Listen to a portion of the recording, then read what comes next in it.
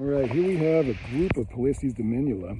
This may be a mating lek where a lot of the wasps get together and have a little mating party and in groups. It's quite a large nest in there. Takes up most of this small box. You see more flying in right now. It's very busy. So we'll go ahead and open up this box and we'll try to collect these. Looks like a lot of males on this lek. So let's go ahead and open it up, but first we'll get the vacuum going. Quick note about males. When we collect males, we don't use them for venom immunotherapy because they have no stinger and they have no venom.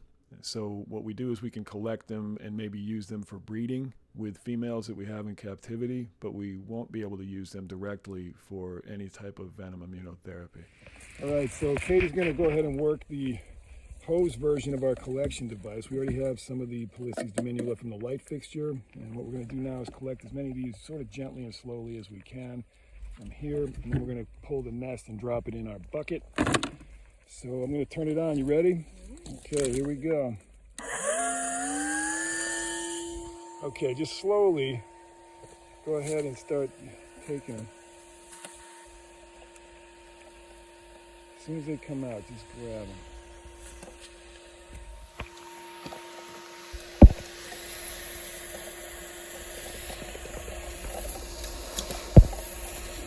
Try not to scare them out of there.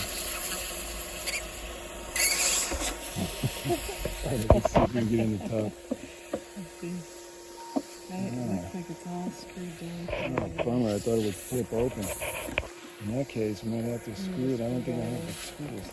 There's some big ones in here. Yeah. You can see the nest. Let's take a look at this lek from out here. Yeah, that's a super active nest. I'd love to get it collected. So we'll just have to work on them as they come in and out. Get out of their flight path. As we get into the fall months here with the Polistes Dominula, the European Paper Wasp species, they tend to do these mating leks in various different areas. You might see them on the sides of buildings up high. You might see them up on towers like antenna radial towers and things like that. You might see them in birdhouses or butterfly boxes like this.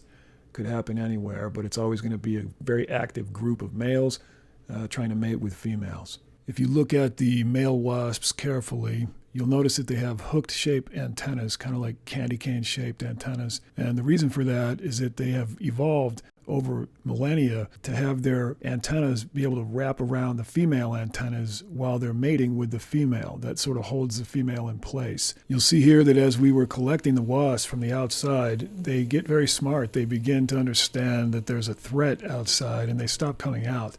So ultimately we had to start putting the hose inside the box, and then we couldn't reach them all. And so we had to dismantle this box with a screwdriver piece by piece, just take the thing apart.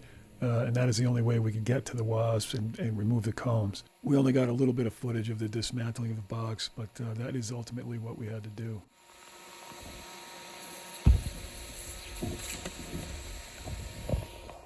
So the field operator you see here is Katie with the Manchester University Wasp Survey team. We train and mentor the team each season. We teach them how to do venom collection for venom immunotherapy with no toxins and no poisons. We teach them about native and invasive species and the beneficial nature of wasps in general.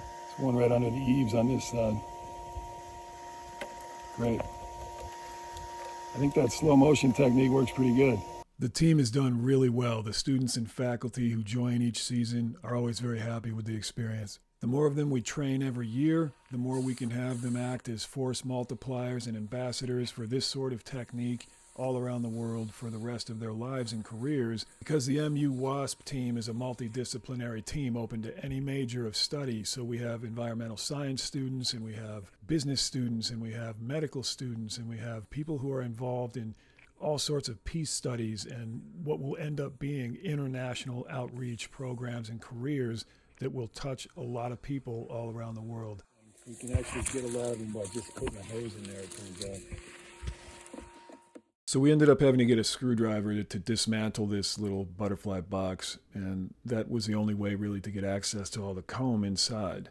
However, we were running out of battery power for the cams, and it was going to be a race to the finish here before we run out of camera power.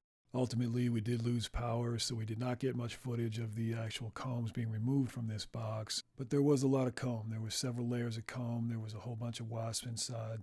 There was an active mating lek happening inside, so there was mostly males actually that we collected, but there were a few females too that had come to this mating lek to mate. So we captured the males and we brought them back to a captive environment in the barn lab where we could introduce them to some females and attempt to get mating leks happening in captivity.